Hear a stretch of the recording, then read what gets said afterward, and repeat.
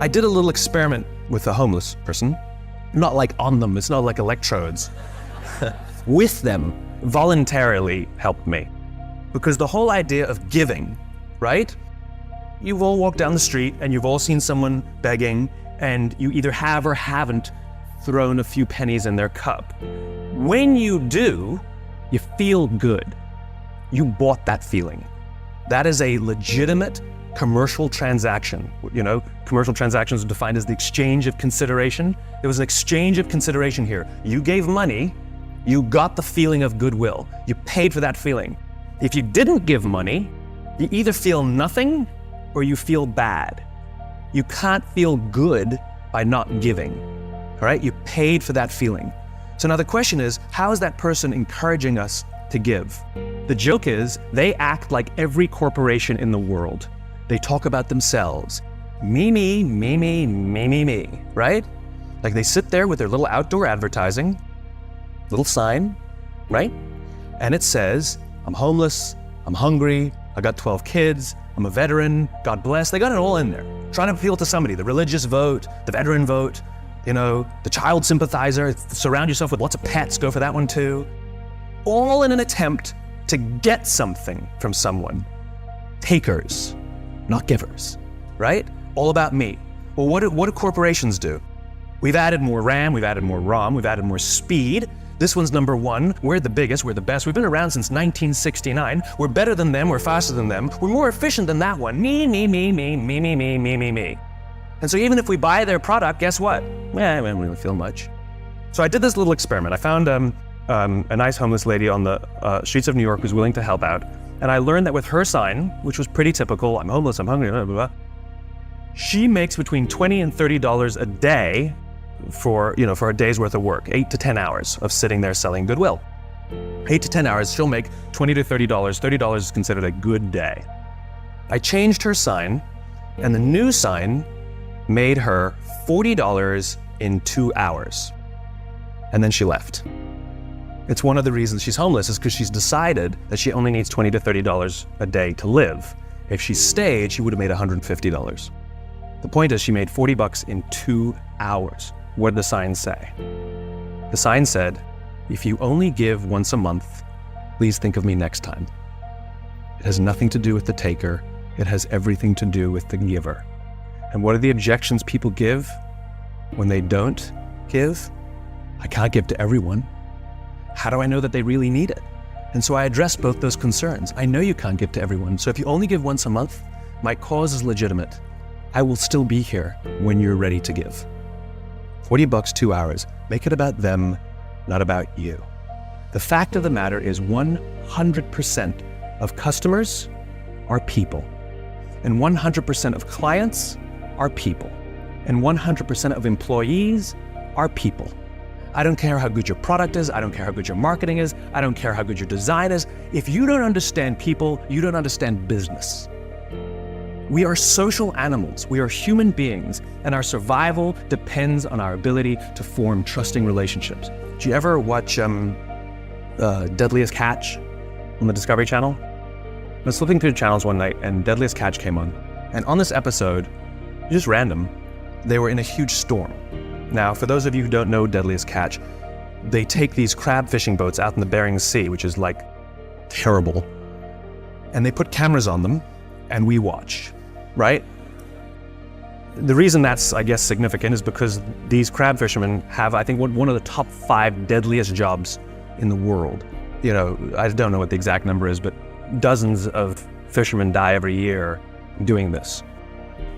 So they have cameras only on 5 or 6 of the ships, even though there are many, many, many ships that go out fishing every season, and they don't really come into proximity with each other because, you know, the ocean's huge, and they usually sabotage each other and give each other false information because they're all competitors. They're all looking to get the crabs and, you know, make sure that they find them and somebody else doesn't, and, you know, it's business, right? It's just business, it's okay. We all do the same thing in our own companies.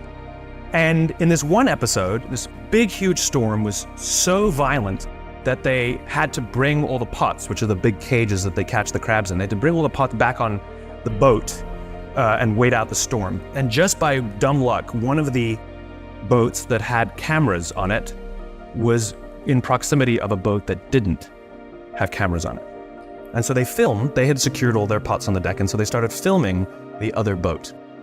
And they filmed a guy climbing on the outside of the cage, securing the pots.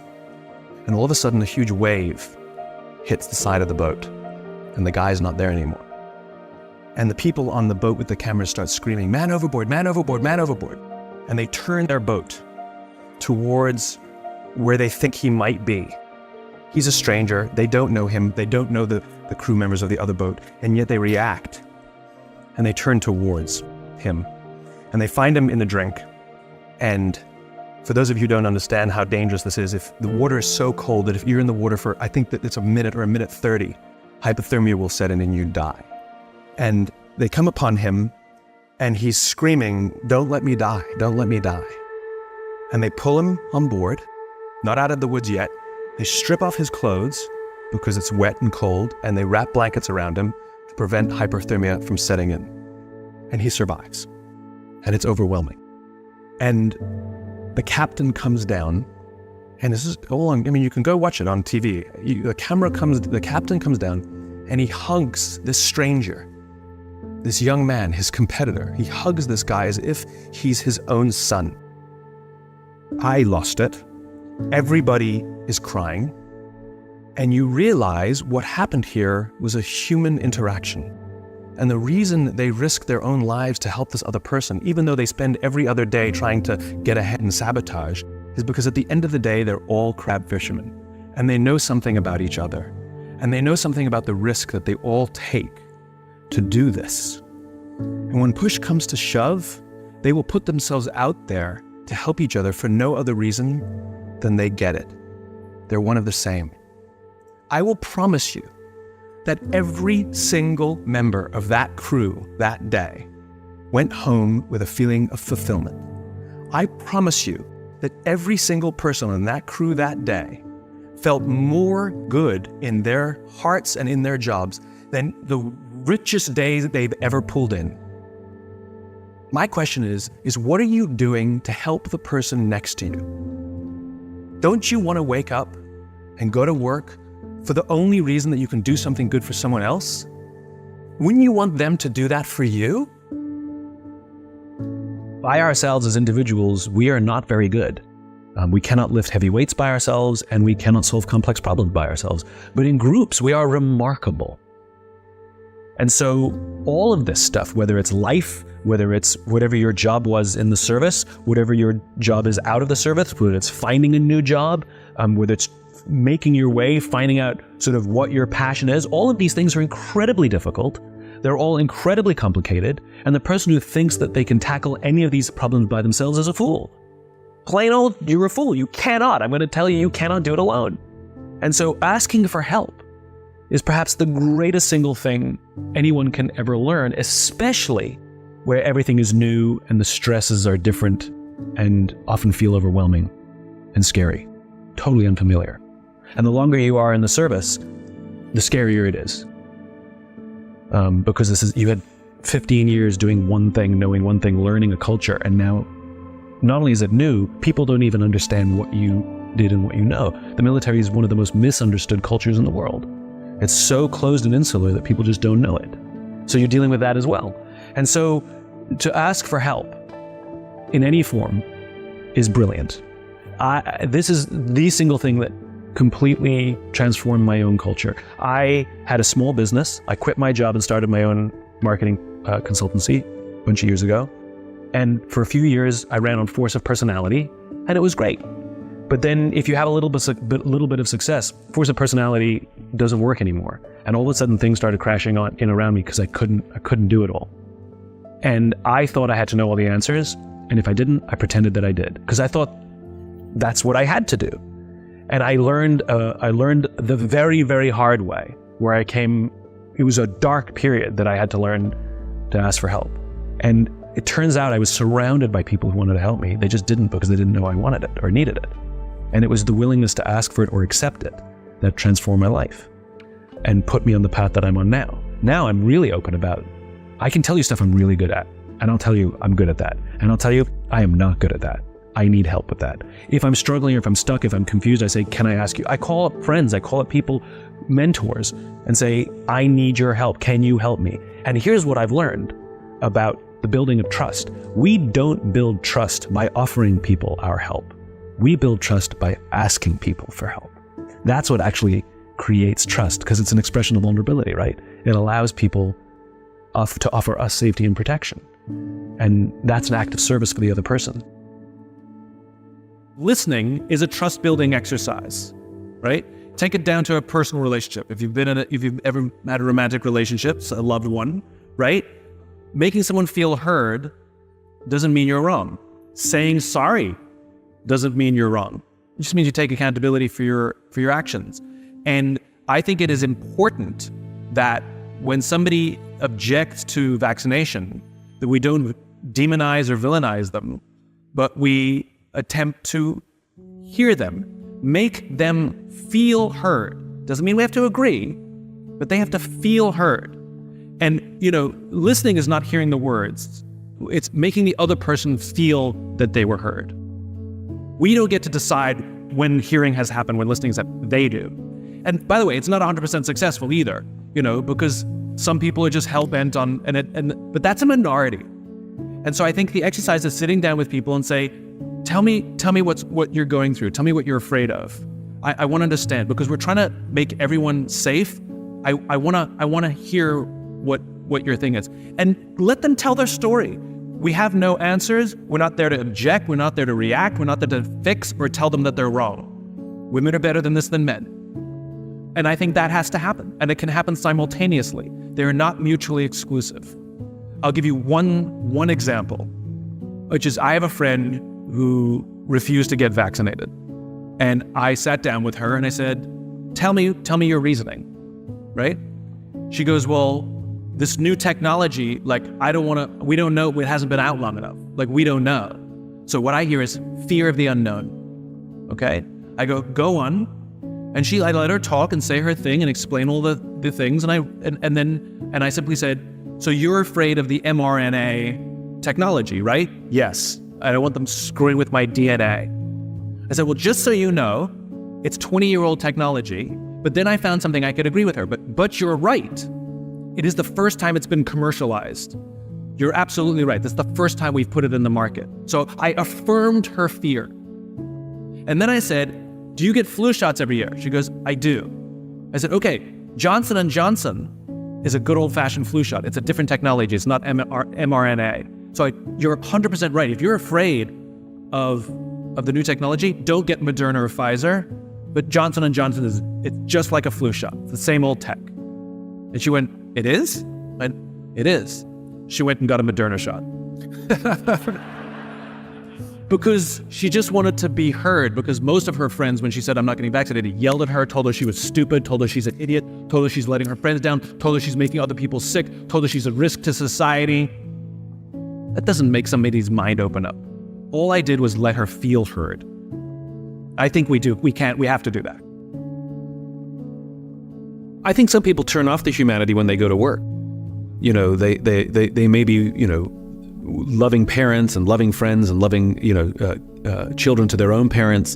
And yet for some reason, there's a switch that they think that that's irresponsible to do at work. Now, I'm not talking about necessarily wearing your heart on your sleeve every day. There is something called emotional professionalism. If you're having a bad day, you can say, listen, I'm a little off my game today, but you can't sit in the meeting with your arms folded and be grumpy and give one-word answers. That's emotionally unprofessional. You can have hard feelings, but you can't go around screaming and yelling at people. So I think there is emotional professionalism. But I think for some reason, especially as people make their way up the ranks, they think that expressing any kind of emotion is a sign of weakness.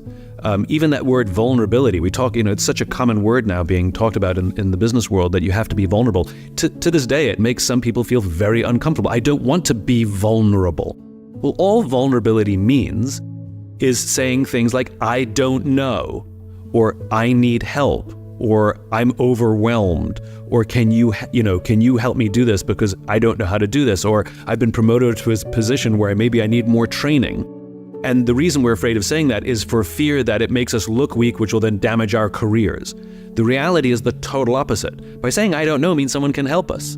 But instead we choose to lie, hide, and fake very often, which eventually gets revealed. Enough stress piled on that lying, hiding, and faking collapses either professionally or personally. We either feel the stress or the projects that we're working on start to go haywire. And very often when we get to those points, everybody knows anyway.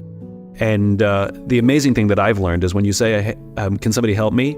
We're surrounded by people who would love to help us. They just didn't think we needed it because we acted as if we didn't. So I think a large part of it is quite frankly fear. Fear that if I express these things, that people will think I'm not qualified for my job.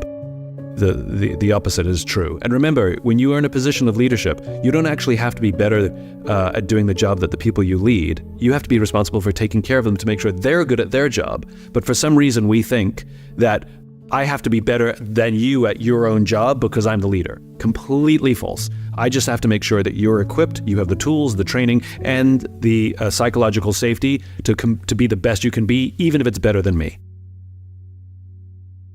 Success is an elusive thing, right? What is it? And I think it's very interesting that if most people can't define success, well, it means you made X amount of dollars. But if you make X amount of dollars but you spend more, are you successful? Or, well, it means you come home happy every day. Okay, how do you know when you're happy, you know? So I think success is a funny thing, which is we all seem to pursue it, but we don't know how to measure it or actually how to define it. So how do you pursue something that you can't measure? Fascinating. So when people say to me, how do you measure success? The question we all have to ask ourselves, am I successful? I don't know. I mean, I had a good year last year. And what does that mean? Does that mean I made a lot of money? Does that mean I was really happy? Oh, I'll let you decide, right? Right. Maybe neither, maybe both. I had a good year last year, but am I successful? And the answer is no. I don't feel I am, because I'm trying to build a world that doesn't exist yet. I'm trying to build a world in which 90% of people go home at the end of the day feeling fulfilled by the work that they do.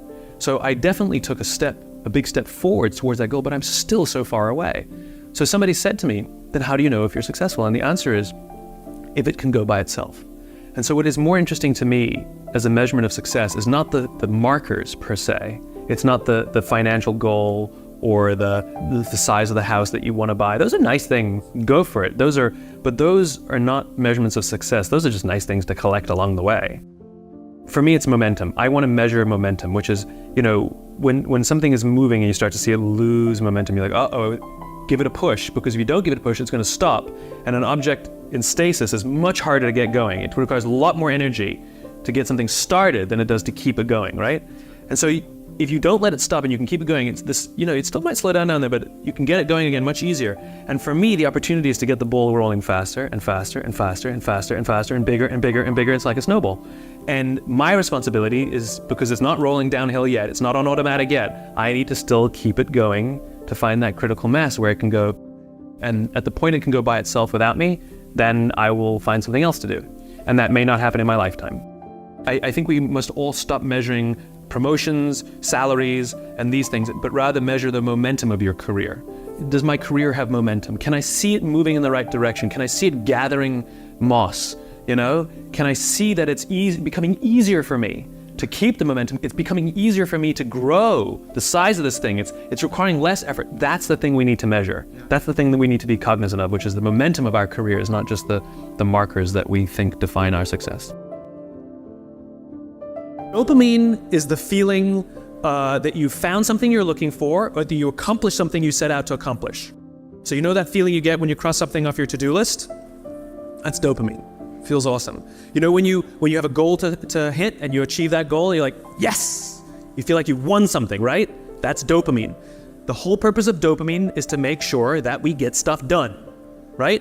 The historical reason for dopamine, we would never eat if we only waited until we got hungry, because there's no guarantee that we would find food. So dopamine exists to help us go looking for food. We get dopamine when we eat, which is one of the reasons we like eating. And so when you see something that reminds you of something that feels good, we want to do the behavior that helps us get that feeling, right? So let's say you're out there going for a walk and you see an apple tree in the distance.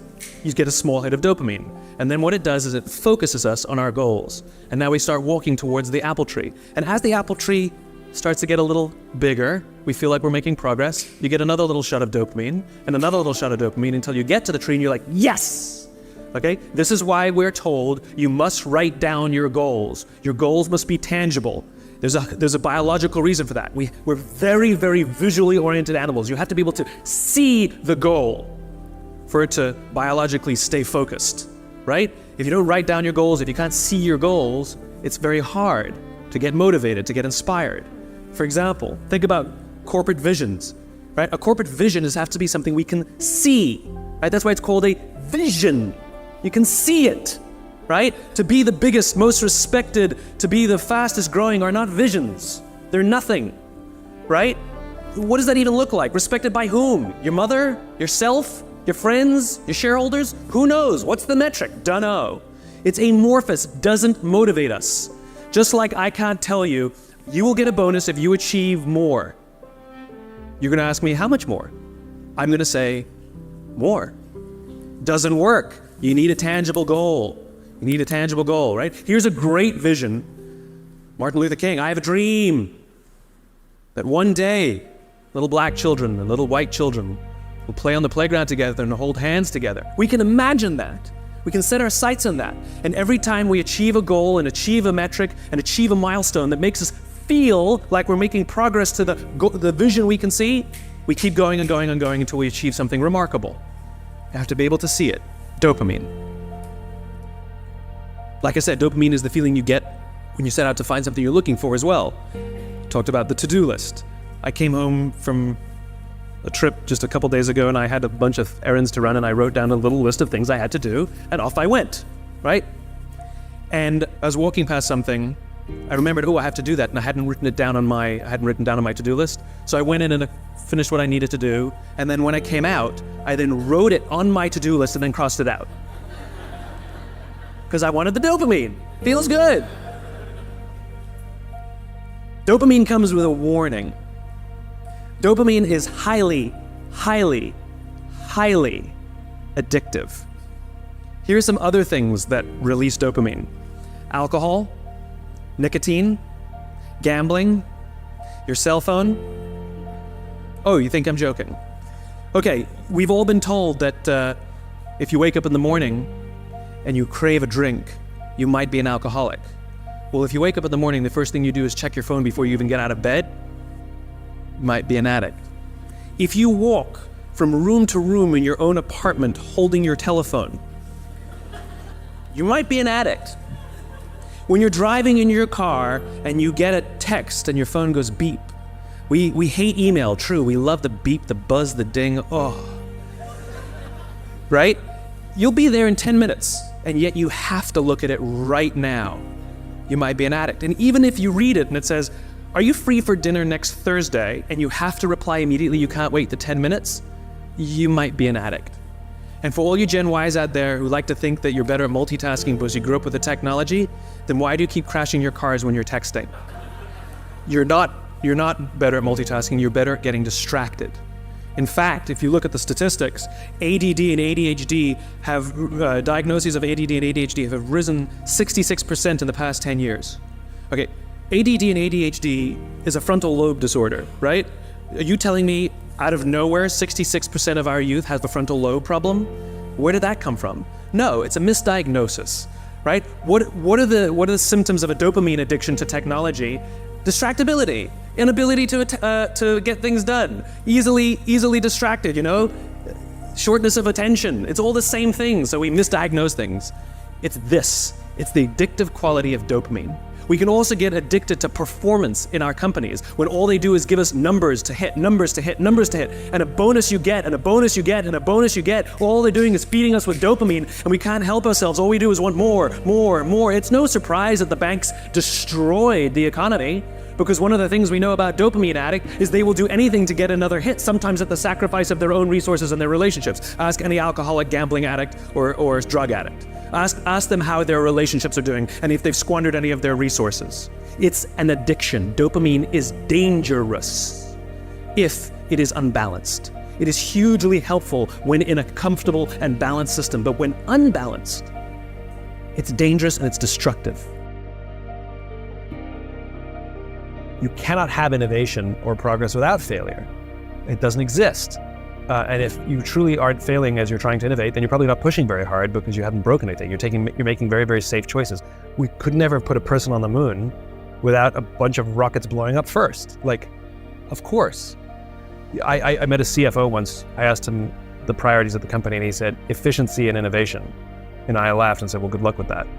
Innovation is inherently inefficient because it requires experimentation, and experimentation requires failure.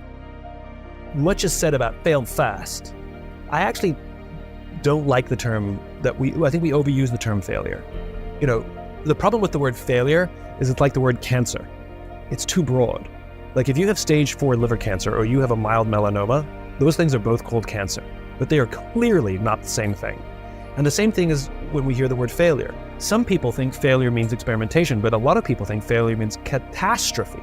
And so when we tell our company, failure is good, fail fast, that literally scares people. We don't want to fail. So I think we need a new word, right? We want to avoid failure. Failure is catastrophic and it should be avoided. But falling, I think we should encourage. When a kid falls off a bicycle, we didn't tell them they failed. We tell them they fell. And what do we tell them? Get back up and try again. So I don't want to tell people they failed. I want to see people they fell.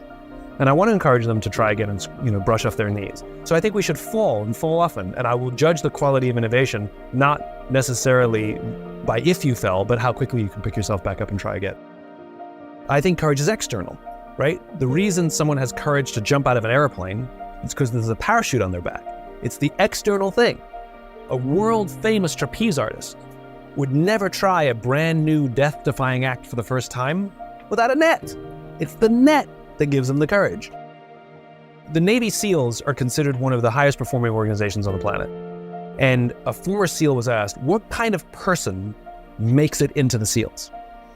And he said, I can't tell you the kind of person that makes it in, but I can tell you the kind of person that doesn't make it in. He said the star college athletes who have never really been tested to the core of their being, none of them make it in. He said the preening leaders who like to delegate everything, none of them make it in.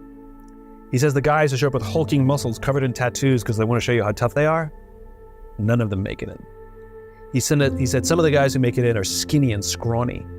He said some of the guys who make it in, you see them shivering out of fear.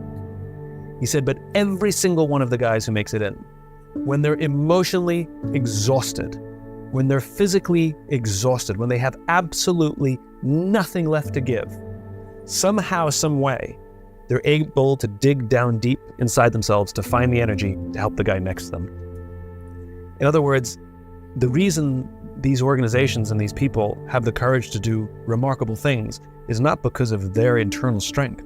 It's because they have the absolute confidence that there is someone to the left of them and someone to the right of them that cares about them.